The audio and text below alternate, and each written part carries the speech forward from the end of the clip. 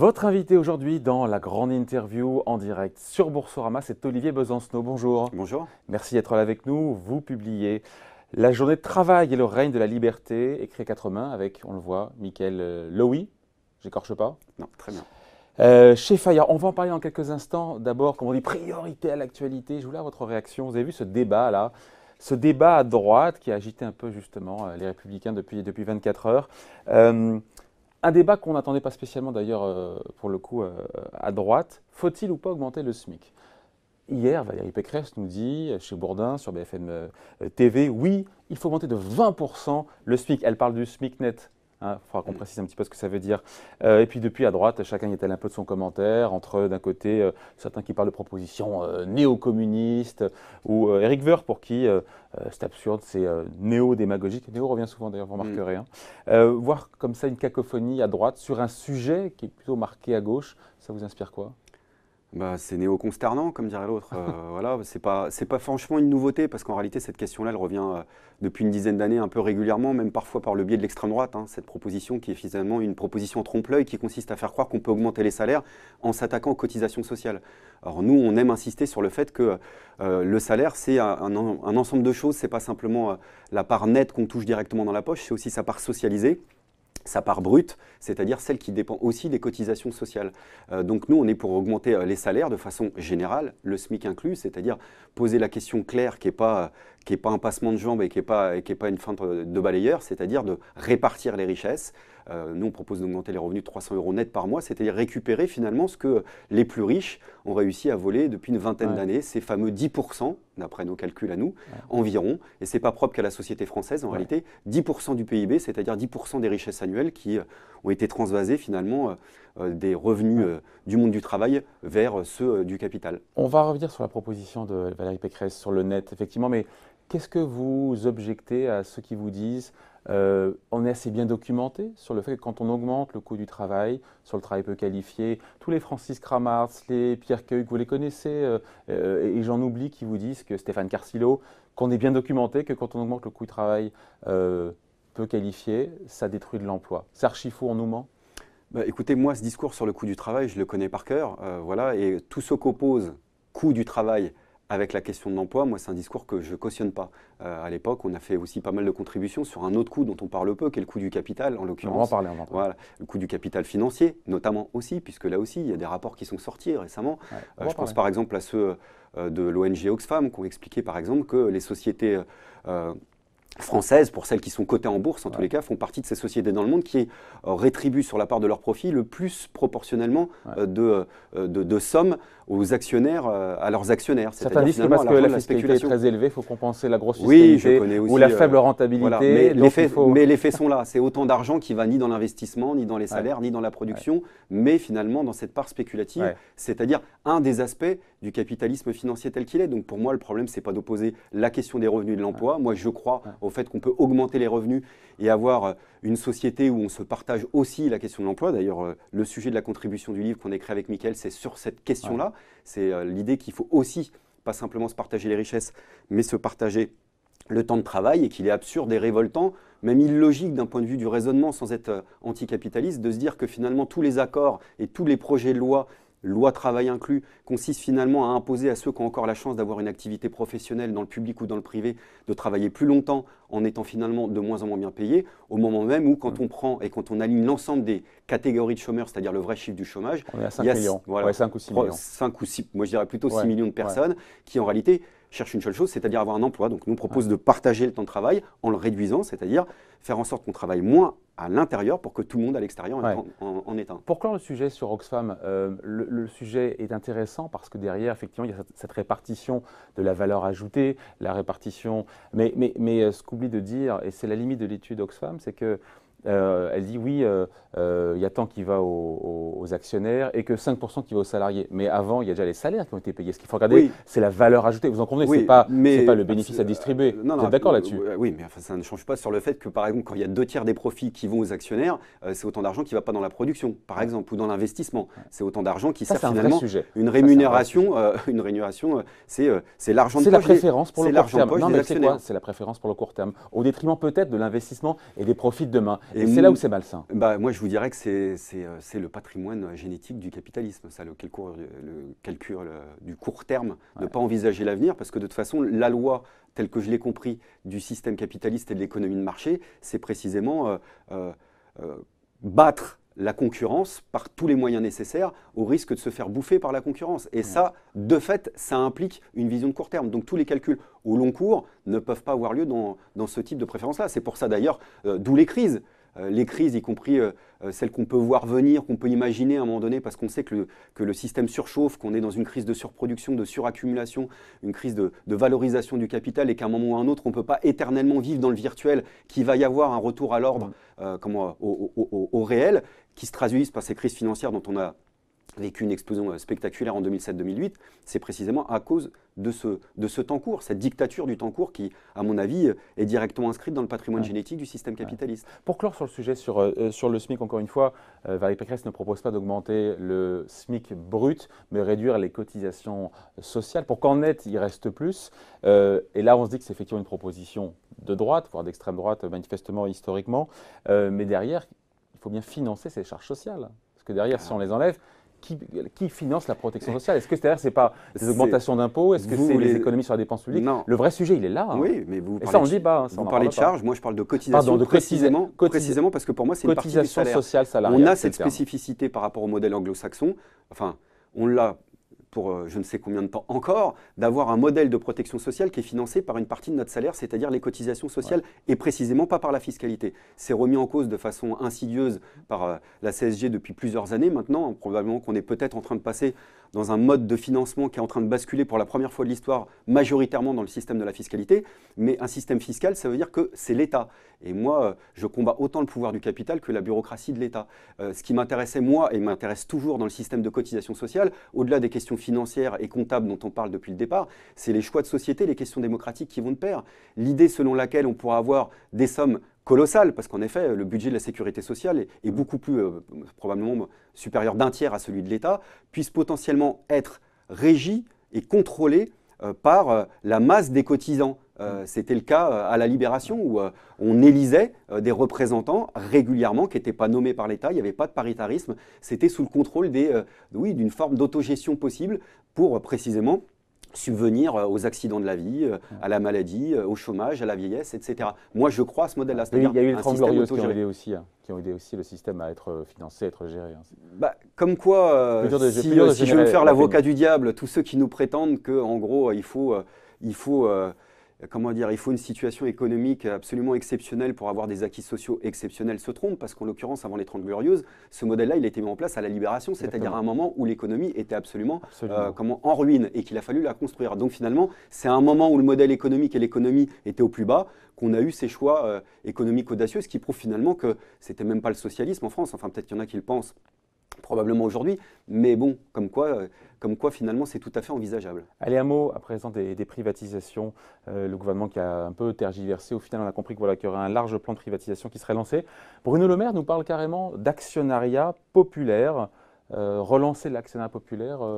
Ça vous plaît ou ça vous plaît pas? Parce que quand on parle justement, tiens, les dividendes du CAC 40, il y en a trop, etc. Mais ils vont où ces dividendes? Ils vont dans la poche du retraité, Mr. Smith au Royaume-Uni, néerlandais. Pas une seule seconde, c'est-à-dire que même dans ce les 2 tiers du CAC 40 sont détenus, vous savez, par des investisseurs étrangers. Oui, donc cet argent, mais pas des petits épargnants, parce que des petits épargnants. Il y a des fonds de pension, il y a beaucoup de fonds de pension. L'idée selon laquelle ce serait le retraité californien qui posséderait finalement quasiment tous les titres de propriété du capital dans le monde, j'y crois pas une seule seconde, parce que même ces retraités, finalement, sont soumis à la dictature de banques qui spéculent sur cet argent-là. Vous avez des livres, par exemple, Geoffroy Geyns, qui est un économiste universitaire belge, qui a écrit un livre qui s'appelle La finance imaginaire, où il retrace, alors il est un peu dans son registre, mais c'est tout à fait passionnant, finalement, à quel point la finance a un visage, a des noms, des prénoms qui figurent dans les conseils d'administration des banques et des grands groupes d'entreprises, en France, en Europe et dans le monde.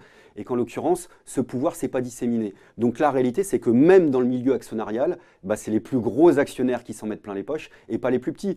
Et de sinistre mémoire, toutes les vagues de privatisation qu'on a connues depuis une vingtaine d'années, où je me souviens qu'on avait dit par exemple à ceux de France Télécom, aux salariés de France Télécom, vous allez vous enrichir, on sera tous des capitalistes. Non, en réalité, le monde capitaliste, il n'est pas fait pour que tout le monde devienne capitaliste, il est fait pour qu'une minorité le soit et uniquement le devienne. Et je vais dans votre sens, France Télécom, ça n'a pas été une bonne affaire, EDF non plus n'était pas une bonne affaire, on pourra en citer d'autres. Absolument. C'était bon d'ailleurs pour ceux qui ont vendu tout de suite, le court terme encore une fois. Voilà, c'est toujours le court terme, et puis donc toujours finalement ceux qui ont les règles et les codes pour pouvoir s'en sortir au plus vite. Donc ce n'est pas le tout venant qui peut s'en sortir. Et puis là aussi, derrière les choix de privatisation, il y a des choix de société. Que l'aéroport, l'ADP devienne privatisé, ça a des conséquences. C'est une erreur stratégique pour vous, ce désengagement de l'État, de la Française des Jeux l'État qui continuera à toucher ces 3 milliards d'euros tous les ans. Oui, c'est-à-dire que d'un point de vue comptable, ils vont continuer à s'en sortir. Le problème, c'est l'État, absolument. Donc le problème, c'est les choix qui se nichent derrière tout ça. ADP, c'est pas une petite affaire. Un aéroport, c'est des choix de sécurité, c'est des choix stratégiques, c'est des choix d'investissement. Rien ne changera. Bruno Le Maire l'a dit, il y aura toujours un contrôle de l'État sur le contrôle national. Il y aura autant de policiers, de douaniers. Oui, comme pour la SNCF, on nous a expliqué que de toute façon, les parts seraient 100% publiques. Qu'elle serait incessible, qu'on n'y toucherait jamais. Puis finalement, il y a eu ce rapport en pleine mobilisation d'un groupe de travail qui nous expliquait que finalement, ce n'est pas incessible, ça ne pourrait concerner potentiellement que la holding, c'est-à-dire compris que l'activité mobilité, c'est-à-dire finalement les trains et puis les rails, pourraient être un jour concrètement privatisés. Donc ça fait longtemps qu'on ne les croit plus.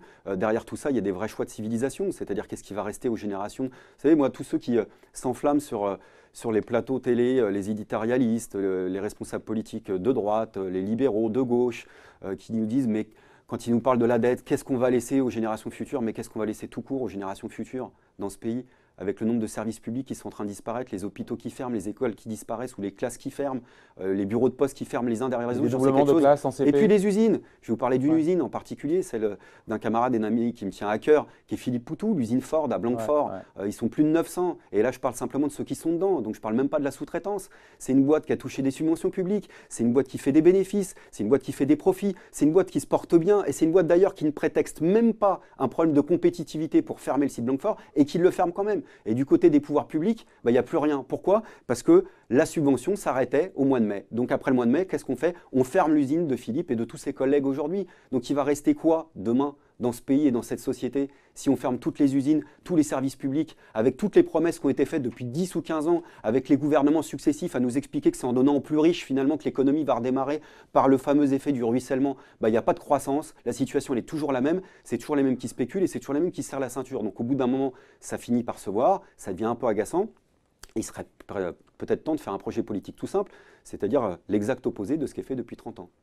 Et quand on a justement le président Macron qui confirme dans les conquêtes sociales, c'est lui qui a parlé de conquêtes sociales, la promesse de reste à charge zéro sur les lunettes, sur le dentaire, sur l'optique, il ne s'est pas renié, c'est une promesse de campagne. C'est une conquête sociale importante pour vous, ça? Si ça va de pair avec la défense d'un système de protection sociale et pas de remettre en cause de fait le système des mutuelles, parce qu'en réalité, nos mutuelles sont en train de devenir des assurances. Donc faire des annonces très ciblées, c'est une chose. La réalité, c'est qu'on aurait besoin d'un vrai système de sécurité sociale qui nous permette en effet de ne pas payer ce qu'on paye beaucoup trop cher, notamment pour ceux qui ont des problèmes auditifs ou qui ont des problèmes pour les yeux. Voilà. Sauf qu'aujourd'hui, le mutualisme il est en train d'être privatisé de fait. Il est dans une logique de rentabilité et qui est une logique de concurrence. Je voudrais insister sur cet élément-là. Il ne suffit pas simplement d'être un opérateur 100% public pour avoir une attitude de service public. Si vous êtes un opérateur public et que vous êtes soumis à la concurrence d'opérateurs privés, vous n'allez pas fonctionner selon des critères de service public, puisque pour vous en sortir, c'est les critères de la concurrence dont je vous parlais tout à l'heure. Donc, il faut être aussi, il faut être aussi compétitif qu'eux, donc à l'opposé justement des critères de service public. Parce que d'un point de vue capitalistique, il y a des choix absolument absurdes quand vous menez une philosophie de service public. Faire des choix de péréquation tarifaire, c'est-à-dire par exemple que quel que soit votre emplacement sur le territoire, vous payez le même prix du timbre, par exemple, d'un point de vue capitalistique, en termes de coûts de transport, c'est absurde. On le fait simplement parce que derrière, il y a un choix de société qui a été fait, qui a été notamment imaginé par certains de nos anciens. C'est l'idée qu'il y a des secteurs de l'économie qu'il faut protéger de la loi de l'offre et la demande. Mais rien ne trouve grâce, encore une fois, je vais te trouver des mesures, encore une fois, sur le reste à charge zéro, dans la loi Pacte. Si vous voulez nous trouver des points communs avec Macron, il va falloir rallonger l'émission, je pense qu'on aura Non, mais je ne sais pas, sur la loi Pacte, si on va dans le détail, sur la suppression du forfait social, encore une fois, sur l'épargne salariale des Non, collaborateurs, qui passe de 16% à 0. Oui, mais tout ça, c'est tout ça, pas puis pareil, plus de salariés dans les conseils d'administration, Oui, pas bien non plus? oui, tout ça. Non, mais de toute façon, Pas moi je vais vous suffisant. expliquer. Non, c'est pas question pas de suffisant, c'est que moi je combats ce gouvernement de A à Z. Voilà. Moi je suis capable de voir quand il y a des points positifs, des points Il y en a négatifs. Mais aucun? non, mais j'en suis même plus là. C'est-à-dire de faire la part des choses. Finalement, il y a plus de points négatifs que de points positifs. Mais on n'est plus là. On est dans on est dans l'attitude d'un pouvoir qui veut établir une contre-révolution libérale, avec tous les choix idéologiques que ça suppose. M. Macron est obsédé par une idée, c'est l'idée que lui va faire ce que Sarkozy et Hollande n'ont pas été capables de faire, avec des choix éminemment idéologiques. Casser, flinguer le statut des cheminots pour le flinguer, ça n'a rien de comptable, puisqu'il y a même des études qui ont été effectuées, en tous les cas des articles de la presse économique, je ne sais plus si c'était, vous m'excuserez, si c'était le Capital ou une autre revue qui avait expliqué que ce serait même plus coûteux Oui, en réalité. à court terme. Oui, à court terme, mais mine de rien, ce serait quand même Ah là, plus c'est vous coûteux. qui qui regardez le court terme uniquement. Hein. Bah oui, mais d'accord, mais en Pour les attendant, mais marchés. même sur le long terme, parce que la réalité, c'est que quand vous faites les calculs de ce que signifie la formation professionnelle, même sur le long terme, ça sera plus coûteux aujourd'hui de remettre en cause le statut des cheminots que ce que ça peut vous rapporter. On est dans l'idéologie. Puis quoi qu'il en soit, les 400 millions que coûte le statut des cheminots, c'est peu de choses, même ne serait-ce qu'en comparaison du budget de la communication de la SNCF pour nous expliquer que les trains roulent à l'heure, ce qui n'est pas tout à fait le cas, même quand il n'y a pas grève. Donc c'est à peu près la moitié. Donc on est dans l'idéologie pure et simple, c'est dire voilà, on veut mettre un genou à terre à un secteur combatif qui n'a pas dit son dernier mot et qui va continuer à se mobiliser. Ouais. Déception, on pourrait être d'accord là-dessus, sur la réforme de l'assurance chômage, qui est comme très très loin des ambitions de campagne, on s'en souvient, assurance chômage pour tous, universelle. Le compte n'y est pas quand on voit ce qui est proposé aujourd'hui, tout ça est très encadré. Bah, pour l'instant, dans l'objectif du gouvernement, je pense aussi qu'il y va un peu à tâtons parce qu'il sait qu'il y a une situation explosive, mais je pense que son projet reste le même, c'est de continuer à mettre à terme un système de l'assurance chômage tel qu'on le connaît, et puis avec tout le discours qui est véhiculé sur les allocations, sur les aides publiques. Qui aime parler d'aides publiques, je vais vous en citer quelques-unes. Il y a 660 dispositifs différents d'aides publiques données aux entreprises pour soi-disant créer de l'emploi depuis une trentaine d'années. Dont on ne sait pas trop le montant, c'est un maquis aussi là. Oui, bah écoutez, ça c'est des enquêtes publiques. Vous allez, Non, le montant, combien ça coûte au monde aux aides publiques? On parle de 140 milliards d'euros. On parle de 50 milliards à l'époque de 2005 sous Villepin et on parle en effet de 140 à 50 milliards. On est sûr d'une chose, c'est que c'est beaucoup plus qu'en 2005. Et on est sûr d'une chose, c'est qu'il n'y a pas 3 fois moins de chômeurs dans ce pays. Donc on est sûr d'une chose, c'est que cette politique ne marche pas. Ça fait et cher, on est sûr d'une chose, cher la création de postes. Bah c'est surtout l'argent de nos impôts. Donc tous ceux qui aiment du côté des libéraux nous dire quand même l'argent de nos impôts devrait aller finalement à quoi? Aux prestations publiques. C'est pas le cas. Surtout quand ça marche pas, ça devient révoltant. Donc des aides publiques, il y en a beaucoup. Qu'est-ce que vous répondez à ceux qui vont vous dire attendez, mais il est gentil Besancenot, mais la France est championne du monde de la dépense publique. Si la dépense publique faisait la croissance, on serait championne du monde de la croissance et on ne l'est pas. Qu'est-ce que vous répondez? C'est simple, que c'est pas vrai. Rapporté par la part d'habitants, c'est pas vrai. Voilà. Donc on est dans la moyenne européenne. On est même au 4e ou 5e niveau au niveau européen quand on ramène par exemple la part des aides publiques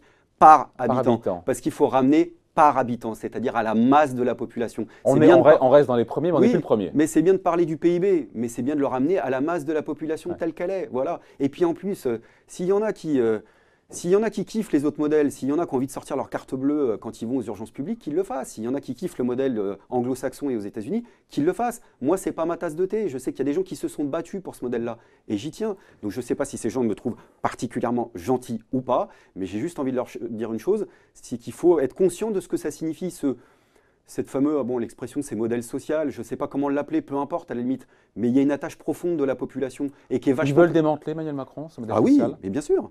Mais bien sûr, mais là, moi, j'invente rien. Il veut le faire. Il veut être le premier à le faire. C'est ça son objectif.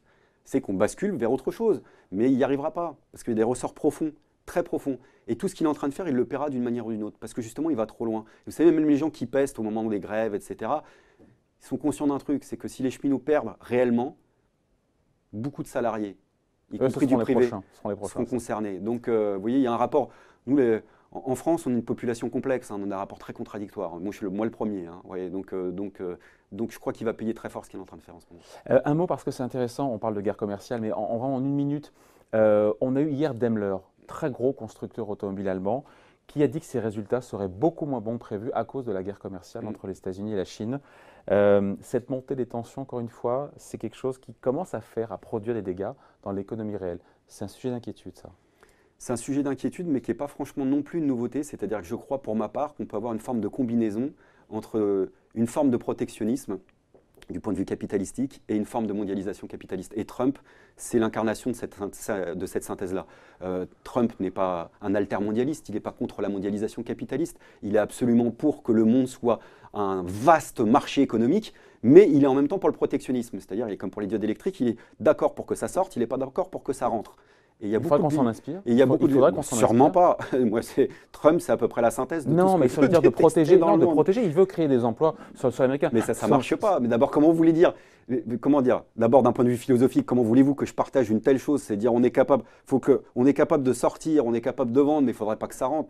Mais je parle, ça rejoint le discours sur la population. C'est la même logique. Tous ceux qui sont pour fermer les frontières pour les peuples, par exemple, ils n'imaginent pas une seule seconde qu'on puisse en retour leur interdire de voyager dans le monde. Bon, là, on parle des marchandises, mais ce qui m'intéresse, c'est la contradiction que ça implique au niveau du système capitaliste lui-même. Le système capitaliste lui-même ne supportera pas cette contradiction très longtemps. Parce qu'en effet, c'est la loi de la jungle, c'est la loi du marché. Il faut vendre, il faut acheter. Il n'y a que ça qui compte. Donc on peut avoir une part d'intervention étatique, comme quoi même les plus libéraux peuvent tout à fait s'accommoder de l'État. Tous ceux qui, dans le camp de la gauche radicale, pensaient que, vous savez, il suffit de prononcer comme l'effet Dracula le mot État pour faire reculer les capitalistes simplement parce qu'on projette de la lumière sur eux, ça ne marche pas. Les capitalistes, et on l'avait vu même au moment de la grande crise financière de 2007-2008 dont je parlais tout à l'heure, sont tout à fait capables de s'accommoder d'une certaine intervention étatique qui consiste finalement à socialiser les pertes et à privatiser les profits. Voilà. C'est la réalité, c'est ça qui s'est passé. C'est ce qui s'est passé. Donc et on a vu les Américains, le gouvernement américain, nationaliser un constructeur automobile pour le sauver. À ce moment-là, ça ne le dérange pas. De la même manière que... Et sans y laisser des plumes d'ailleurs, parce que je pense que même le gouvernement a fait une bonne affaire dans l'histoire. Donc comme quoi, il suffit, c'est bien pour ça qu'il faut... Ils sont pragmatiques les Américains pour ça. Ah bah, il n'y a pas plus pragmatique qu'eux, mais le problème c'est qu'à quel prix pour leur propre population? Si vous allez aux États-Unis, moi j'y suis allé une fois à l'époque... En dehors de la côte est et de la côte ouest. Oui, à l'époque même, vous savez, à l'époque d'Occupy Wall Street, vous allez dans certains quartiers de New York, on parlait des dents par exemple, ou des yeux, et quand vous voyez les dents de certains habitants dans les quartiers populaires, vous voyez qu'il y a un gros problème de protection sociale et c'est tout de suite visible. Donc ils sont pragmatiques, mais à quel coût et puis à quel prix? Et puis à quel prix aussi pour un système qui n'est toujours pas sorti de ses contradictions et qui peut exploser. La réalité, c'est qu'on a des compétitions économiques qui sont en train de trouver un prolongement politique extrêmement inquiétant sur le globe et toutes ces tensions entre deux formes d'impérialisme, par exemple, qui existent aujourd'hui, c'est-à-dire l'impérialisme américain et l'impérialisme russe, franchement, là aussi, ça fait froid dans le dos. Ouais. Un mot de votre livre, parce qu'on manque de temps. Vous avez relu Karl Marx, notamment le livre 3 du Capital, et le royaume de la liberté commence avec la réduction de la journée du travail. Il avait un petit peu d'avance, donc évidemment à écouter, à croire Karl Marx, le travail nous aliène, nous enferme. On serait beaucoup plus libre si on travaillait moins, si j'ai bien compris. Mais pour celles et ceux qui sont heureux dans leur travail et qui ne vivent pas leur job comme une prison, vous leur dites quoi? Ça marche aussi pour eux? Tant mieux. Justement, on propose qu'on soit tous dans ce cas-là. Voilà, c'est ça la proposition de Marx. C'est d'expliquer avec c'est un peu le truc caché dans le tiroir, c'est-à-dire qu'il y a une vision, il y a une lecture très économiciste, même dans le courant marxiste, de Marx et du capital. Cette espèce d'évolution mécanique, économique, le capitalisme allait s'écrouler de lui-même, alors qu'en réalité, dans Marx, il y a beaucoup de choses. Et dans le 3e tome du Capital, il y a cette fameuse formule qui renoue en fait avec les travaux du jeune Marx, du Marx philosophique, qui en tant qu'économique, mais imaginez aussi le projet de société, le projet de l'émancipation, c'est-à-dire de l'épanouissement individuel. Et le règne de la liberté, cette belle formule, c'est l'épanouissement individuel. Et cet épanouissement individuel passe notamment par le fait que le temps de travail aliéné commence à s'arrêter. Ça implique donc la réduction du temps de travail, mais pour répondre à votre question, ça implique cette combinaison, ce rapport complètement complémentaire entre justement un travail réduit et de re-questionner le travail en lui-même, puisque la question c'est de travailler différemment, pouvoir s'épanouir au travail, différentes formes de vie, mais ça implique d'en finir avec cette forme d'exploitation salariale actuelle où en réalité vous croyez être libre quand vous travaillez. Aujourd'hui, même pour les plus heureux d'entre vous, je ne sais pas qui vous pensez, mais en général, vous êtes condamné à vendre votre force de travail, qu'elle soit manuelle ou intellectuelle, à un employeur qui détient cette force de travail que vous vendez. Et vous êtes de fait dans ce rapport de domination, et c'est ce rapport de domination qu'il faut changer. Et tant qu'on ne l'aura pas changé, je ne crois pas qu'on puisse être libre quand on parle du travail. D'autant que selon vous, et c'est vrai, c'est pas faux non plus, quand on quitte son job, on reste un peu connecté à sa vie professionnelle, à ses mails, donc la frontière entre exactement, la vie perso est de plus en plus floue. De plus en plus infime, absolument. C'est que je crois qu'on emporte avec nous, en dehors du travail, on imagine déjà la meilleure façon de s'exploiter nous-mêmes le lendemain. Et ça touche de plus en plus de catégories. Et le propre de la situation du salariat aujourd'hui, c'est qu'on qu'on soit travailleur manuel ou intellectuel, qu'on soit dans le public, dans le privé, il y a plein de secteurs professionnels qui n'imaginent pas une seule seconde avoir un point commun avec la catégorie du dessus ou la catégorie du dessous, alors qu'en réalité, on a exactement les mêmes intérêts qu'on l'ignore. Bon. Et à celles et ceux qui adorent, qui adorent leur job, qui ne comptent pas leurs heures, eux, on leur dit quoi? Mais une fois de plus, tant mieux pour eux, mais franchement, vous savez, on ne peut pas tenir ce discours d'un côté et puis, comme c'est fait pas que par des gens de notre camp, écrire je ne sais combien de rapports sur le mal-être au travail comme grande souffrance du XXIe siècle. Et il y en a beaucoup. Moi, tout cela, tant mieux. Comme les Français qui seraient en burn-out selon un sondage. Ouais, mais moi, je vois que ça quand même. Je veux pas noircir le tableau, mais moi, des gens qui arrivent au boulot à reculons, j'en vois de plus en plus. Des jeunes générations qui disent moi, je ne vais pas rester, je sais que je vais trouver autre chose ailleurs, et qui finalement n'en finissent pas de rester malgré tout. Et puis des anciens qui disent pourquoi est-ce qu'ils restent? Parce qu'il n'y a pas le choix. Voilà. Et puis des plus vieux qui disent moi, j'attends qu'une seule chose, c'est prendre ma retraite alors que j'aimais mon métier. Vous savez, des gens qui ont la vocation, des gens qui ont la foi dans certaines activités professionnelles. Faites un tour dans les hôpitaux publics. Il faut avoir une forme de vocation pour faire ce qui est fait là. On est en train de dégoûter combien de personnes de leur activité professionnelle? Voilà, et ça, c'est le propre de la situation actuelle. Donc, tant mieux pour ceux dont vous parlez, mais on en connaît tous. Le plaisir, c'est pas un plaisir solitaire. Il faut le partager entre tous. C'est pour ça qu'il faut changer les règles.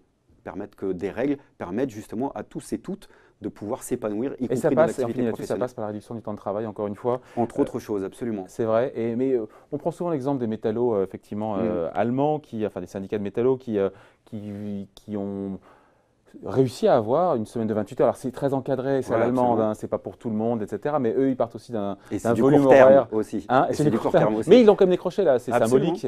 Et voilà, mais c'est très encadré. Et puis ils partent d'un niveau de temps de travail qui est beaucoup plus élevé que le nôtre. C'est là où comparaison n'est pas raison. Non, mais d'ailleurs, on ne dit pas ça dans le livre. On dit simplement, mais on ne peut pas s'empêcher de le faire, quand Ligue et Métal, qui est considéré par beaucoup, y compris dans les plus libéraux, il faudrait un modèle à l'allemande, des partenaires sociaux qui arrivent à parler et à danser ensemble. On n'arrête pas de nous parler de Ligue et Métal de Ligue et Métal tout le restant de l'année. Puis alors là, putain, silence radio, il nous faut une proposition de semaine à 28 heures. Vous imaginez en France? Si Sud et la CGT faisaient une campagne commune pour les 28 heures, mais on aurait combien d'éditos pour nous dire, mais la France est revenue, c'est comme d'habitude, c'est la Corée du Nord. On aurait des formules tout à fait excessives sur ce syndicalisme néo-communiste, néo-marxiste, et j'en passe. La droite s'amuserait. Voilà, mais ils ont des boîtes plus profitables et plus compétitifs que nous, peut-être les Allemands, ils peuvent se le permettre parce qu'ils ont fait beaucoup d'efforts dans le passé, donc maintenant il faut lâcher un peu la bride. Ça aussi, ça tient pas, ça je la connais. Celle-là, je la connais, ça ne tient pas non plus, puisque comparaison n'est pas raison. Il faut juste prendre les éléments, mais les éléments, c'est simplement qu'ils ont le mérite de remettre dans le décor la question de la réduction du temps de travail, et le mouvement ouvrier en France bégaye sur ces questions-là. J'ai une petite idée de la raison pour laquelle on a du mal à en reparler, c'est que l'application des 35 heures par la loi Aubry a laissé des traces absolument terribles dans les mémoires du salariat. Aller dans l'automobile ou aller même à la poste. Nous, je sais qu'à l'époque, c'était donnant-donnant. On va réduire le temps de travail, mais on va donner en échange aux employeurs ce que les employeurs réclament depuis toujours, c'est la flexibilité, l'annualisation et chez nous, les réorganisations et les baisses des cotisations sociales. Donc évidemment, il y a beaucoup de salariés qui ne croient plus en cette idée-là. Pourtant, c'est une belle idée, il faut se la réapproprier. Allez, merci à vous. Merci en tout cas, La journée de travail, le règne de la liberté, écrit donc par Olivier Besancenot, avec Mickaël Lovy chez Fayard. Et donc, Olivier Besancenot était donc l'invité de la grande interview en direct sur Boursorama. Merci. Merci à vous.